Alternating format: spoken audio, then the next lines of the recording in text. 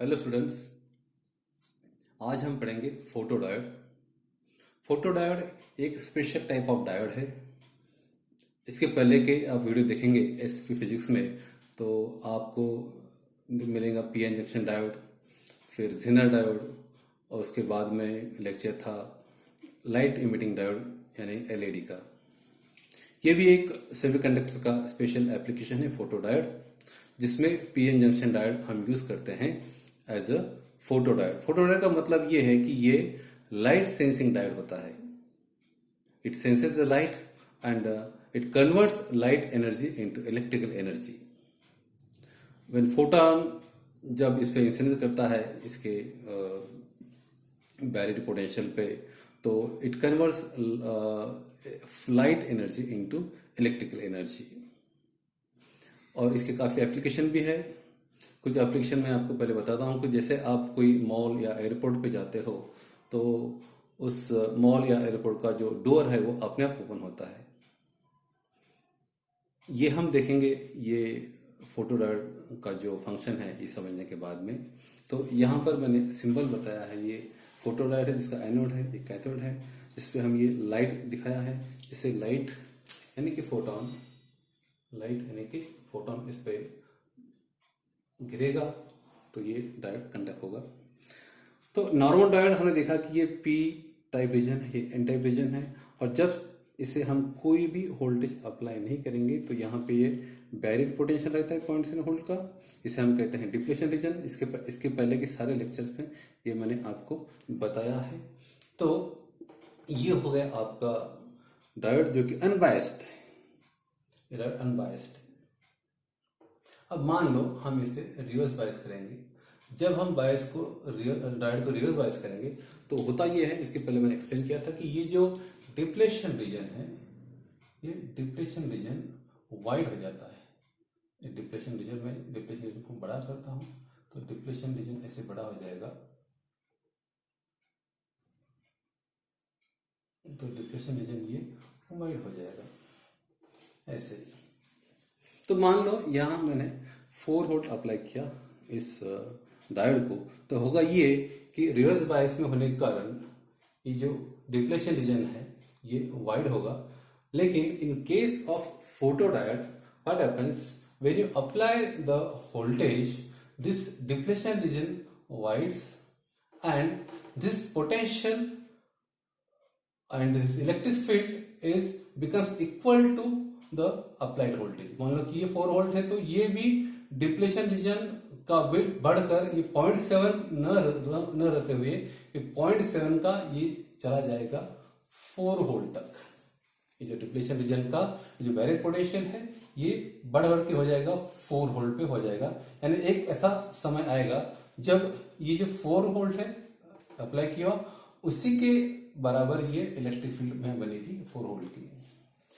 अब यहां तक तो ठीक है, लेकिन जब यहां पर लाइट पड़ता है, फोटो डायोड क्या करते हैं कि यहां पे एक विंडो देते हैं, ट्रांसपेरेंट विंडो ऐसी। ओके, इस विंडो पे जब लाइट गिरेगा आपका, लाइट यानी कि फोटोन, फोटोन है बोलते energy equal to h nu. जब ये लाइट इस पे गिरेगा तो यहाँ के जो एटम है उसमें का जो इलेक्ट्रॉन है वो यहां से निकल जाएगा। इलेक्ट्रॉन यहां निकल जाएगा और यहाँ पे एक होल क्रिएट होगा।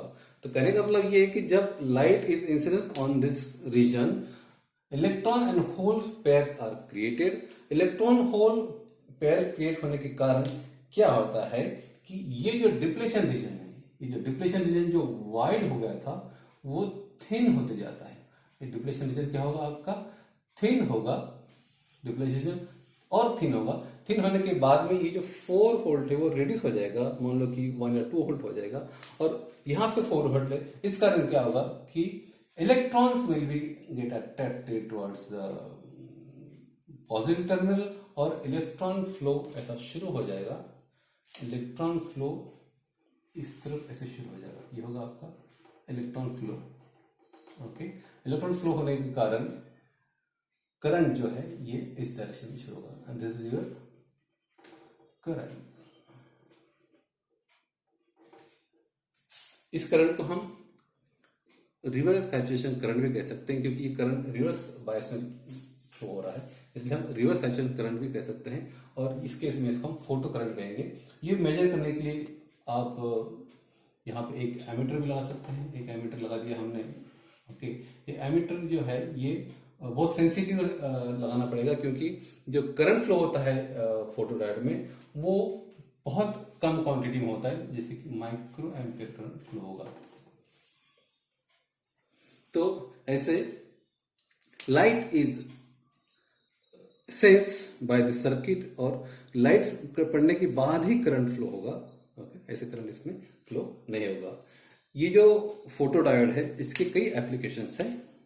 वो एप्लीकेशंस एक तो नोट काउंटिंग मशीन में यूज करते हैं। जब आप बैंक में जाते हो तो वहां पे जब नोट काउंटिंग मशीन होती है उसमें एक साइड से ऐसा आपका इंफ्रारेड एलईडी होता है, इंफ्रारेड एलईडी, और इस साइड में आपका होता है मान लो फोटोडायोड।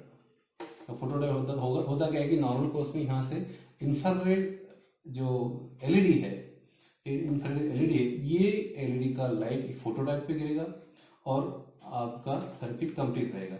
लेकिन जैसे ही इसके बीच आपकी नोट आएगी, जैसे इसके बीच आपकी नोट आएगी तो उस वक्त वो डिस्कनेक्ट हो जाएगा और वो आपकी नोट काउंट की जाएगी। तो इस प्रकार ये नोट काउंटिंग में भी ये यूज करते हैं।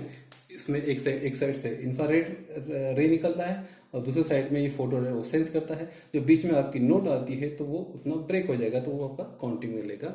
दूसरा इसका यूज है वो है आपके रिमोट कंट्रोल में। जब आप कोई टीवी का चैनल चेंज करते हो या वॉल्यूम कम करते हो, या आप कोई दूसरा चैनल चेंज करते हो, उस वक्त क्या होता है कि जब आप बटन प्रेस करते हो उस वक्त आपका एलईडी से जो इंफ्रारेड रेस निकलते हैं एलईडी के, वो जाके हिट करते हैं आपके फोटोडायोड को। फोटोडायोड उसको सेंस करता है, रिसीव करता है एंड अकॉर्डिंग आपका चैनल चेंज करता है। फोटोडायोड का और एक एप्लीकेशन है वो है आपका बर्गलर अलार्म। बर्गलर अलार्म में मान लो कि यहाँ पर मैं एक ड्रॉ करता हूँ कि यहाँ पे कोई तिजोरी रखी हुई है। ओके, ये तिजोरी रखी हुई है। ओके, और यहाँ पे आपका IR इंफ्रारेड एलईडी लगा दिया हमने। यहाँ से रेज निकल रहे हैं और ये रेज आती यहाँ पे फोटोडायोड सेंस कर रहा है। ये मैं आपको फोटोडायोड कहूँगा। तो होगा क्या कि यहाँ से रेज निकल रही है, यहाँ पे सेंस कर रहा है, सर्किट कंप्लीट है। लेकिन जैसे कोई बगलर आता है और इसके बीच में इंटरप्ट करता है तो ये सर्किट ब्रेक हो जाएगा and it will give the sound. जैसे कि मैं यहाँ पे लाउड स्पीकर का सिंबल बनाता हूँ, तो जैसे ये बीच में कोई बगलर आएगा तो ये सर्किट ब्रेक हो जाएगा और यहाँ से अलार्म निकलेगा। फोटोडायोड का और एक यूज ये है कि ऑप्टिक फाइबर में आजकल हर कहाँ ऑप्टिक फाइबर यूज करते हैं। ऑप्टिक फाइबर में क्या होता है कि sound signals are converted into light signal, और लाइट सिग्नल कन्वर्ट करके वो ट्रैवल करते हैं ऑप्टिक फाइबर से, और उधर जो एंड है, नेक्स्ट एंड जो रहेगा अगला एंड, तो वहां पे उसको फोटोडायोड से सेंस करेंगे और then the sense signal which is in light form is converted into sound form और साउंड सिग्नल। तो वैसे उसमें वो कन्वर्ट करेगा कौन सा आपका जो फोटोडायोड है। अगला एक एप्लीकेशन, इंपॉर्टेंट एप्लीकेशन उसका ये है कि ऑप्टोकपलर। ये जो सर्किट बताया मैंने यहाँ से, ये है ऑप्टोकपलर। इसमें देखेंगे कि यहाँ पे है एलईडी लगाया हुआ है सर्किट में, और यहाँ पे एलईडी के रेज निकलेंगे, और एलईडी के रेज निकलेंगे और यहाँ पे फोटोडायोड लगाया हुआ है। तो जैसे एलईडी लाइट इमिट करेगा, that light will sense by this photodiode. यहाँ पे इसको सेंसिंग के लिए सिंबल बताता हूँ, it will be sense by this photodiode, और ये सर्किट फिर काम करेगा।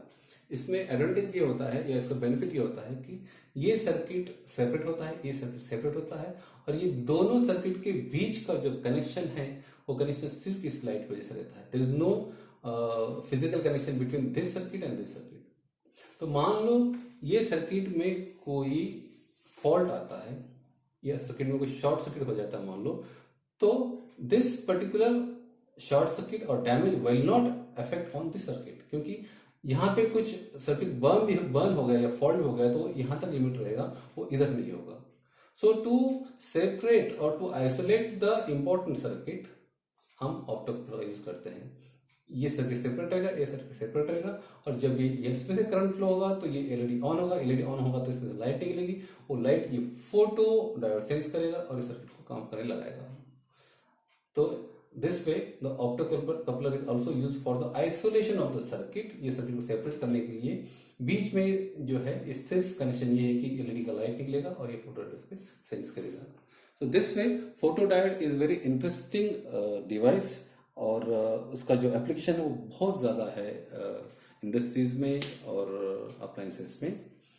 So that's it. Thank you.